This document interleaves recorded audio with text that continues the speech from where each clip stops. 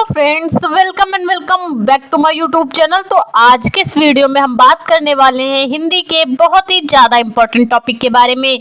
तो टॉपिक आप देख सकते हैं, टॉपिक है आपका प्रोफेसर जी सुंदर रेड्डी जी का जीवन परिचय।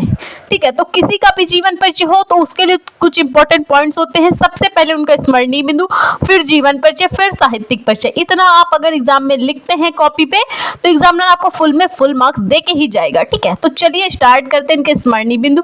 तो बात करें इनके जन्म के बारे में, तो प्रोफेसर जी सुंदर रेड्डी जी का जो जन्म हुआ 10 अप्रैल 1919 को। प्रोफेसर जी सुंदर रेड्डी जी का जन्म 10 अप्रैल 1919 ईस्वी को हुआ है। और मृत्यु की बात करें तो मृत्यु 30 मार्च 2005 को हुई।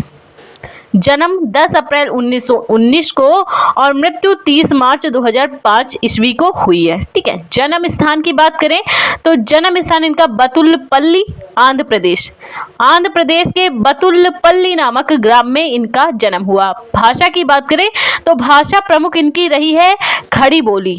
खड़ी बोली भाषा का इन्होंने यूज़ किया। इसके अलावा तमिल, तेलुगु, मलयालम भाषा का भी इन्होंने यूज़ किया है। विधा की बात करें, निबंध और आलोचना विधा में इन्होंने रचनाएं प्रस्तुत की हैं। शैली की बात करें तो प्रश्नात्मक और विचारात्मक शैली का इन्होंने यूज़ किया है। ठीक है, रचनाओं की बात करें तो मेरे विचार, साहित्य और समाज, लैंग्वेज प्रॉब्लम इन इंडिया इनकी प्रमुख रचनाएं हैं। ठीक है, तो मेरे विचार, साहित्य और समाज और लैंग्वेज प्रॉब्लम इन इंडिया। तो फिर से देख लीजिए इनके स्मरणीय बिंदु। जन्म हुआ इनका 10 अप्रैल सन 1919 ईस्वी को। मृत्यु हुई 30 मार्च 2005 ईस्वी को। प्रोफेसर जी सुंदर रेड्डी जी की मृत्यु 30 मार्च 2005 को। जन्म स्थान की बात करें बतुल्लपल्ली, आंध्र प्रदेश। भाषा की बात करें तो भाषा इनकी खड़ी बोली रही है। ठीक है, निबंध की बात करें विधा की तो विधा इनकी निबंध और आलोचना रही है। विधा इनकी निबंध और आलोचना रही है। शैली की बात करें तो शैली इनकी प्रश्नात्मक और विचारात्मक शैली का इन्होंने यूज किया है। ठीक है, अब रचनाओं की बात कर ले तो मेरे विचार, साहित्य और समाज, लैंग्वेज प्रॉब्लम इन इंडिया इनकी प्रमुख रचनाएं रही हैं।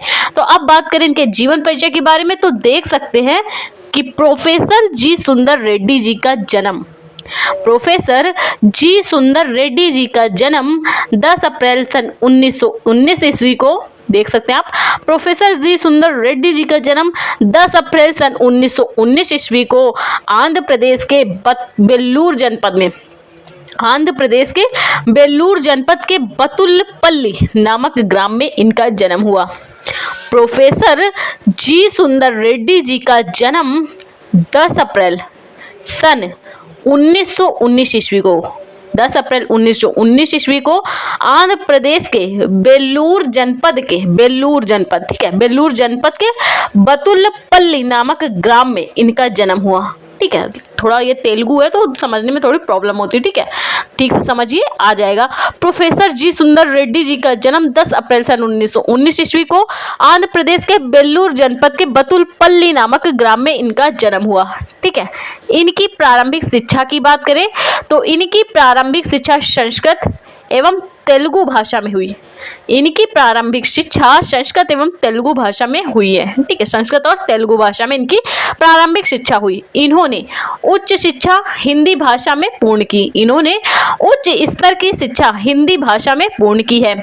ठीक है, इन्होंने उच्च शिक्षा हिंदी भाषा में पूर्ण की। हिंदी के साथ साथ इन्होंने तमिल, तेलुगु और मलयालम भाषा का प्रयोग भी अपने साहित्य में किया है। हिंदी के साथ साथ तमिल, तेलुगु, मलयालम भाषा का प्रयोग इन्होंने अपने साहित्य और अपनी रचनाओं के माध्यम से प्रस्तुत किया है। तो एक बार फिर से देख लीजिए, हिंदी के साथ साथ इन्होंने तमिल, तेलुगु, मलयालम भाषा का प्रयोग भी अपने साहित्य में किया है। ठीक है, तो देख सकते हैं आप, फिर से देख लीजिए कि इन्होंने, ठीक है, तमिल, तेलुगु भाषा का भी प्रयोग किया।